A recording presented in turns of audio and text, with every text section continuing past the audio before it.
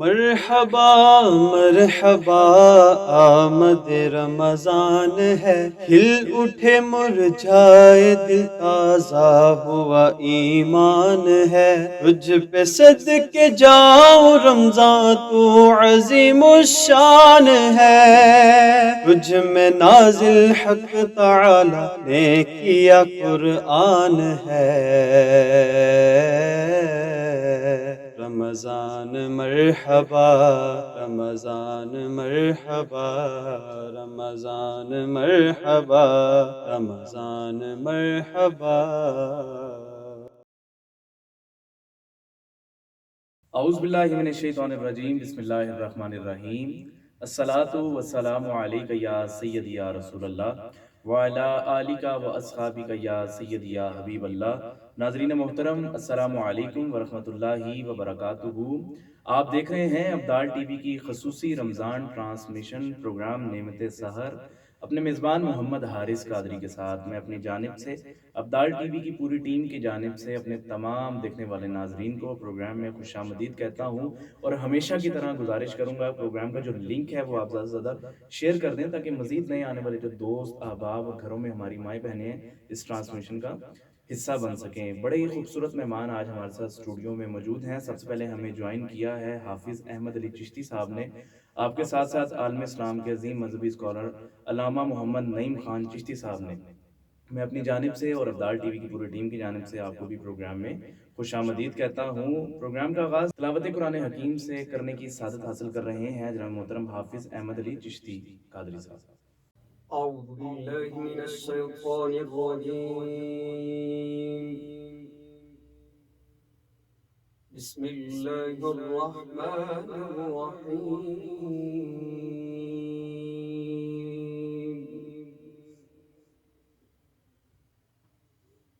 يا أيتها النفس المطمئنة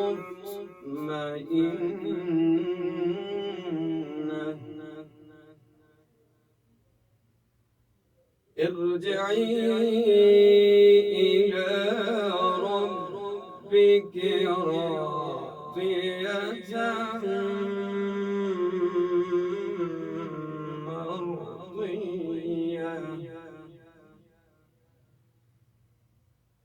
فادخلي في عبادي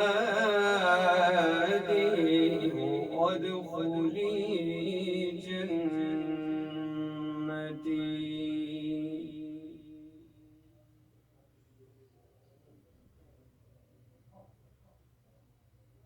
فادخلي في عبادي وادخلي جنتي۔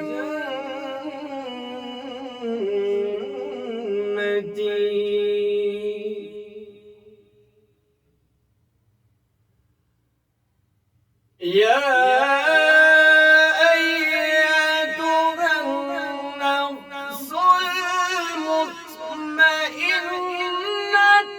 ارجعي إلى ربك راضية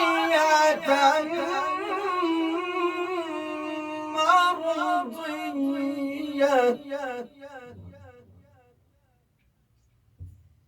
فادخلي في عبادي وادخلي جنتي۔ بسم الله الرحمن الرحيم.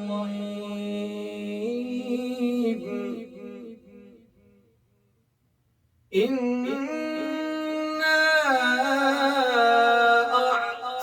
أعطيناك الكوثر فاصل لربك وانحر إن شانئك هو الأبتر۔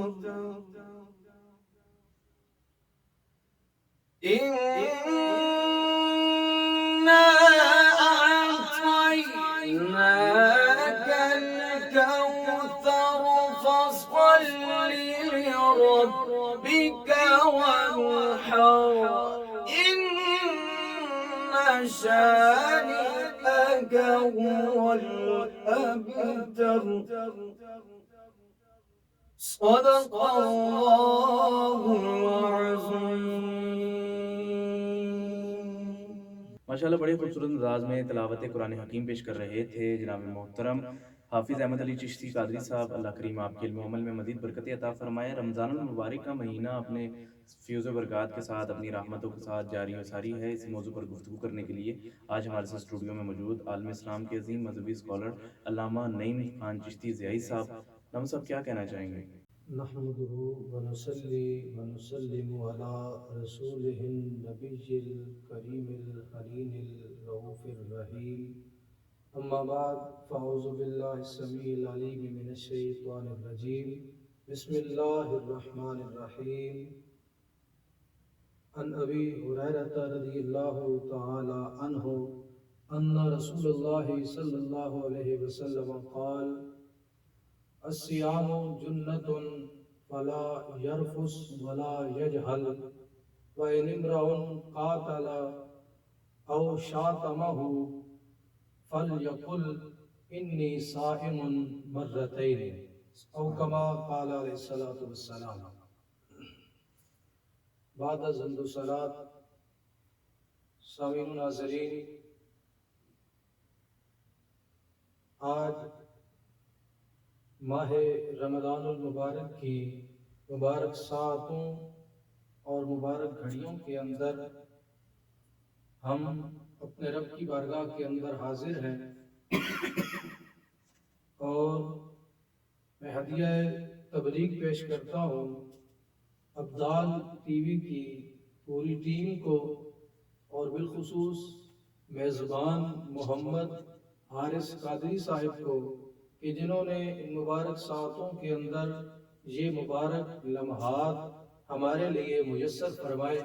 رب تعالی ابدال ٹی وی کی تمام ٹیم کو اپنی رحمتیں اور برکتیں عطا فرمائے. سامنے سے احتشام، اللہ رب العزت کا لاکھ شکر و احسان ہے کہ اس مالک لم یزل نے ہمیں خوش بختی اور خوش نصیبی عطا فرماتے ہوئے اپنا ماہ مکرم ماہ رمضان المبارک عطا فرمایا. حضرت ابو ہریرہ رضی اللہ تعالی عنہ آپ سے روایت ہے، رسول اللہ صلی اللہ علیہ وسلم نے ارشاد فرمایا: الصیام جنۃ، کہ روزہ ایک ڈھال ہے.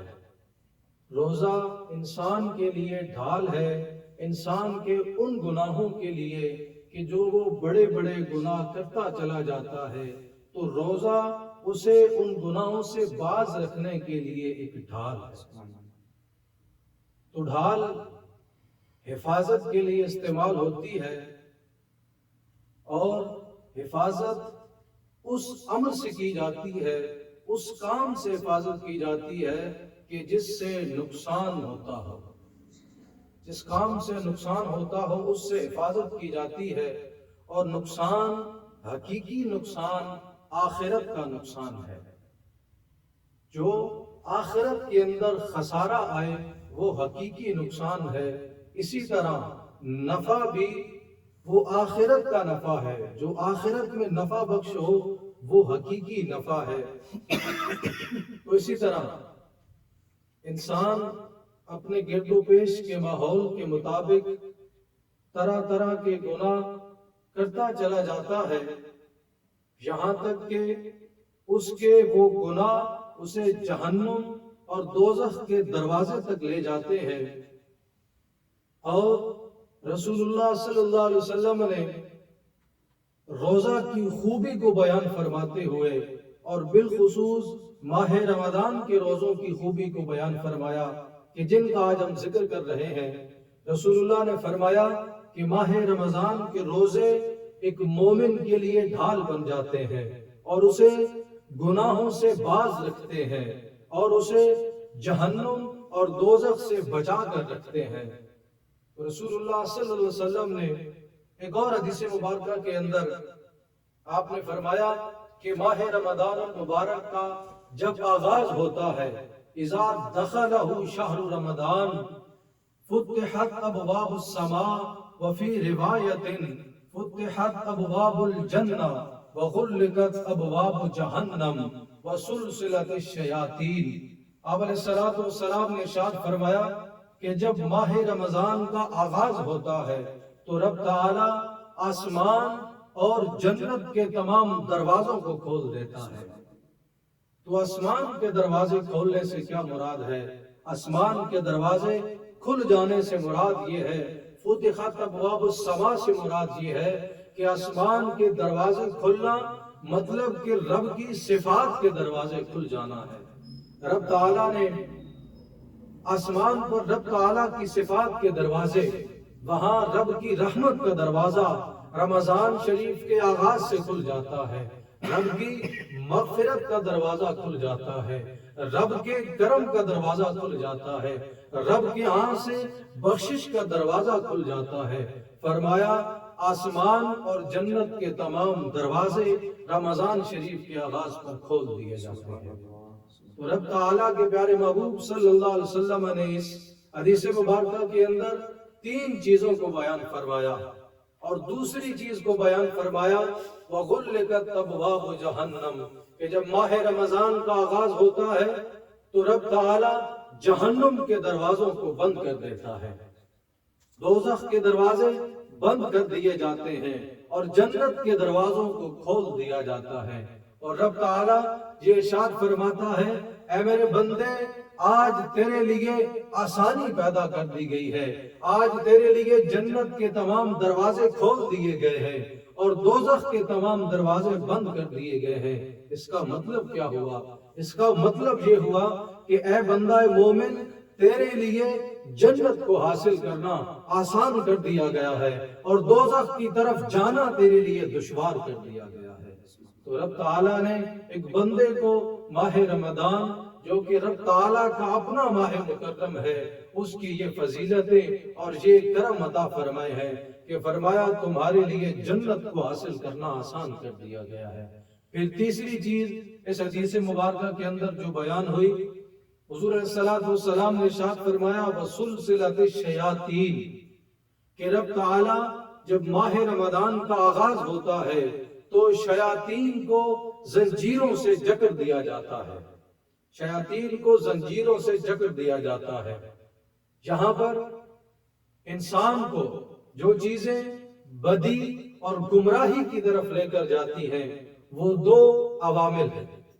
ان میں سے پہلا عامل وہ داخلی، وہ خارجی عامل ہے، اور وہ جو خارجی عامل جو انسان کو گمراہ کرتا ہے، جو انسان کو دین سے دور کرتا ہے، جو انسان کو رب کی محبت سے دور کرتا ہے، جو انسان کو رب کی رحمت سے دور کرتا ہے، جو انسان کو رب کی بخشش سے دور کرتا ہے، جو انسان کو رب اور رب کے محبوب سے دور کر دیتا ہے، وہ خارجی عامل وہ شیطان ہے۔ تو رب نے فرمایا اے بندہ مومن، جب ماہ رمضان کا آغاز ہوتا ہے تو تمام شیاطین کو زنجیروں سے جکڑ دیا جاتا ہے، گویا تجھے خارجی جو عامل تجھے بھٹکاتا تھا سیدھی راستے سے، وہ جو تجھے گمراہی کی طرف لے کر جاتا تھا، اسے جکڑ دیا گیا ہے۔ اب رہ گیا ہے صرف اور صرف تیرا داخلی عامل جو تجھے گمراہی کی طرف لے کر جاتا ہے، اور وہ جو تیرا داخلی عامل ہے وہ عامل تیرا نفس ہے۔ اب رب تعالیٰ نے ارشاد فرمایا کہ اے بندہ مومن، تیرا نفس جو تجھے گمراہی کی طرف لے کر جاتا ہے، تجھے سیدھے راستے سے بھٹکاتا ہے، اے مومن سن لو، اب تیرے نفس کے لیے بھی ہم نے تجھے ایک مہربانی کرتے ہوئے ایک تجھے کرم عطا فرمایا ہے، اور وہ کرم اور وہ رحمت کیا ہے؟ وہ کرم اور وہ رحمت ماہ رمضان کی صورت میں ہے۔ رب تعالیٰ کے پیارے محبوب نے فرمایا کہ رب تعالیٰ نے اس نفس کی اصلاح کے لیے اور اس نفس کو مجروح کرنے کے لیے رب تعالیٰ نے ہمیں ماہ رمضان عطا فرمایا کہ اے میرے بندہ مومن، تم ماہ رمضان میں دن کو روزہ رکھو اور رب کی بارگاہ کے اندر رات کو حاضر ہو جاؤ اور رات کو رب کی بارگاہ کے اندر حاضر ہو کر رب کا کلام سنو. جب پچھلا پہر آئے تو رب تمہیں آواز لگائے, رب تمہیں پکارے کہ اے میرے بندے اٹھ جا, کیا مانگتا ہے تجھے عطا کر دیا جائے گا. تو ان ماہ رمضان المبارک کے مبارک ساعتوں کے اندر تو اپنے نفس کو بھی اپنا مطیع اور اپنا فرما بردار بنا لے. تو رب تعالیٰ نے بندہ مومن کو یہ تمام رحمتیں, یہ تمام عظمتیں, یہ تمام انوار و تجلیات اور یہ تمام کا تمام ماحول جو کہ نور و انوار تجلیات سے بھرا کا بھرا ہے, یہ سارا کا سارا عالم رب تعالیٰ نے ہمیں ماہ رمضان المبارک کے صدقے اور وسیلے سے عطا فرمایا ہے.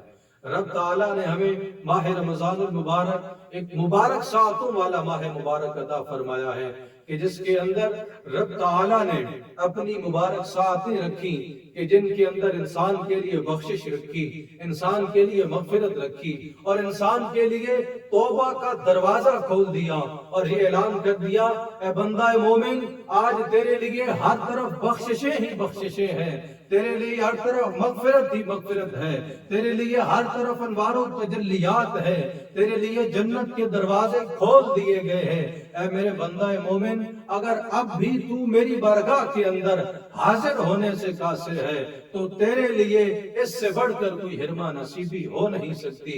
اے میرے بندہ مومن تیرے لیے سب کچھ عیاں کر دیا گیا ہے, ماہ رمضان المبارک تجھے عطا کر دیا گیا ہے جو کہ میرا اپنا ماہ مکرم ہے.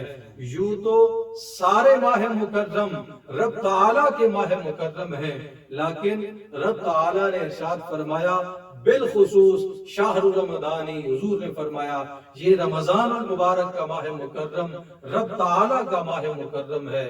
تو ماہ رمضان کی فضیلت, عظمت اور برکات و انوار و تجلیات کا اندازہ اس بات سے بھی لگایا جا سکتا ہے کہ رب فرماتا ہے کہ ماہ رمضان المبارک میرا اپنا ماہ مکرم ہے. تو اس سے بڑھ کر ماہ رمضان کی اور کیا فضیلت ہو سکتی ہے کہ نبی کریم صلی اللہ علیہ وسلم نے فرمایا رمضان شہری, رمضان شہر اللہ, کہ رمضان المبارک رب تعالیٰ کا ماہ مکرم ہے. اس کے اندر رب تعالیٰ نے اپنی برکتیں رکھی ہیں, اپنی رفعتیں اور اپنی برکات کو رکھا ہے. رب تعالیٰ نے اس کے اندر بخششیں رکھی ہیں. رب تعالیٰ ہمیں ماہ رمضان المبارک کی ان مبارک ساعتوں کے اندر اپنی بارگاہ کے اندر حاضر ہونے کی توفیق عطا فرمائے اور اپنی بارگاہ سے ہمیں توبہ اور استغفار کرنے کی توفیق عطا فرمائے اور اپنے لیے بخشش طلب کرنے کی توفیق عطا فرمائے. رب تعالی ہم سب کا حامی و ناصر ہو. وما توفیقی الا باللہ. ماشاءاللہ بڑی خوبصورت انداز میں علامہ صاحب گفتگو کر رہے تھے رمضان المبارک کے فیوز و برکات کے حوالے سے. اللہ کریم ہم سب کو عمل کرنے کی توفیق عطا فرمائے. ناظرین محترم کلام شامل کرتے ہیں پروگرام میں اور ہمارے ساتھ اسٹوڈیو میں موجود یہ حافظ قرآن بھی ہیں اور میرے آقا کے بڑی خوبصورت ثنا خوان بھی ہیں جناب محترم حافظ احمد علی چشتی قادری صاحب. کیا بارگاہ رسالت میں ہدیہ عقیدت پیش کرنے کی سعادت حاصل کریں. صلی اللہ علیہ یا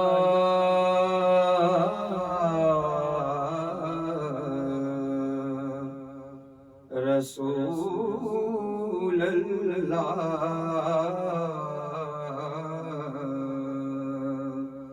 وسلم علیک یا حبیب اللہ. صلی اللہ علیہ یا رسول اللہ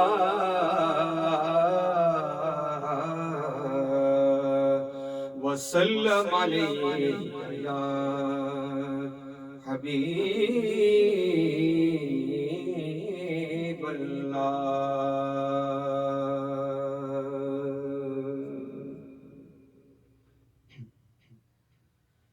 مجھ پہ بھی چشم کرم میں میرے آقا کرنا. مجھ پہ بھی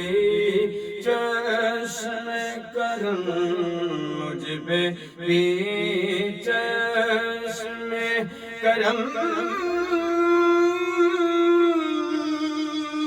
اے میرے آقا کرنا حق تو میرا بھی ہے نا حق تو میرا بھی ہے نا حق تو میرا بھی ہے نا حق تو میرا بھی ہے رحمت کا تقاضا کرنا حق تو میرا بھی ہے اور چاند کی طرح تیرے گرد وہ تاروں کا ہجوم سونیا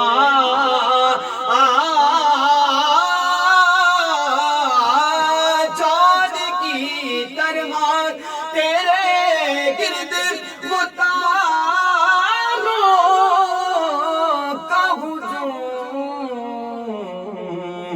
وہ تیرا ہلکا وہ تیرا ہلکا ایک اصحاب میں بیٹھا کرنا حق تو میرا بھی گنا حق تو میرا بھی گنا حق تو میرا بھی ہے نا حق تو میرا بھی ہے رحمت کا تقاضا کرنا مجھ پہ بھی چشم کرم اور یہ تیرا کام ہے اے آمنہ کے در یتیم یہ تیرا کام ہے اے آمنہ کے در یتیم ساری امت ہاں ساری امت ساری امت ساری امت کی شفاعت تن تنہا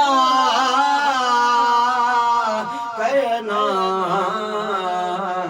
حق تو میرا بھی ہے نا حق تو میرا بھی ہے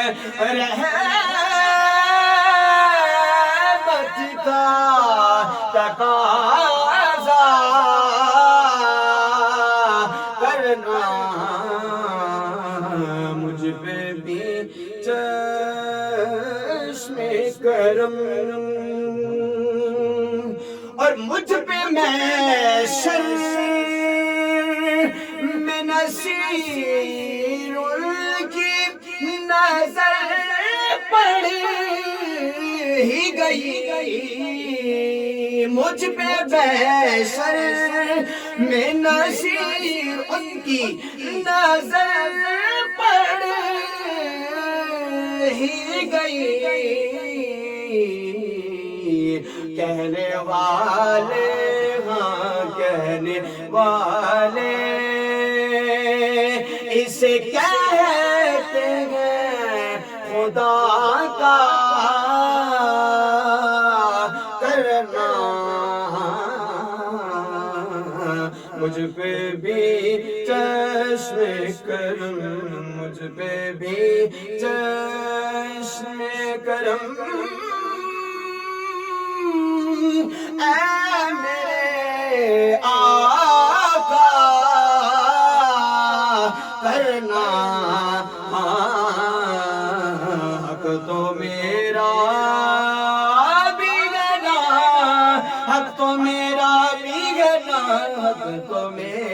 ٹکرا بھی ہے رحمت کا تقاضا کرنا،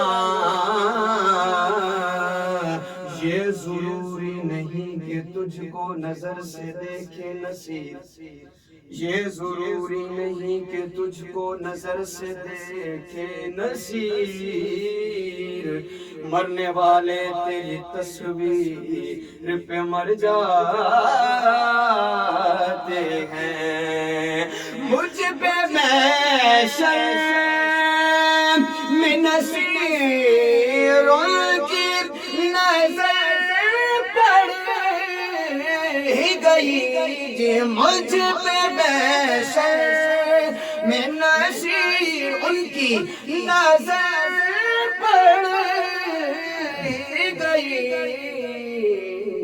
کہنے والے ہاں کہنے والے اسے کہتے ہیں خدا کا کرنا،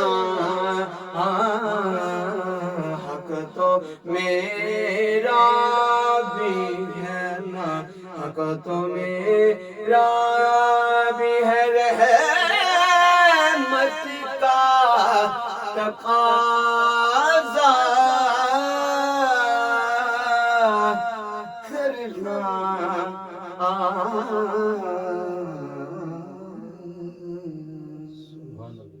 ماشاءاللہ بڑی خوبصورت انداز میں بارگاہ رسالت میں ہدیہ عقیدت پیش کر رہے تھے جناب محترم حافظ احمد علی چشتی قادری صاحب۔ اللہ کریم آپ کے سوز و گداز میں، آپ کے علم و عمل میں مزید برکت عطا فرمائے۔ اسی کے ساتھ ہمیں اسٹوڈیو میں جوائن کیا ہے وطن عزیز کے بڑے ہی معروف ثناخواں جناب محترم آغا عبدالاحد قادری صاحب نے، اور آپ کو بھی میں اپنی جانب سے اور ابدال ٹی وی کی پوری ٹیم کی جانب سے پروگرام میں خوش آمدید کہتا ہوں۔ گزارش کروں گا پروگرام کا جو لنک ہے وہ آپ زیادہ سے زیادہ شیئر کر دیں تاکہ مزید نئے آنے والے دوست احباب ہمارے ساتھ ہماری ٹرانسمیشن میں شامل ہو جائیں، اور یاد رکھیے کہ اپنی قیمتی رائے سے آگاہ کرنے کے لیے ہمیں کمنٹ ضرور کیجیے۔ علم صاحب، ہمارے ناظرین نے سوال کیا ہے کہ بندہ مومن اپنے نفس کو کیسے اپنے تابع اور اپنا فرما بردار بنا سکتا ہے، کیا کہنا چاہیں گے؟ جی بالکل، آپ نے جو سوال کیا ہے بہت اچھا علمی آپ کا سوال ہے۔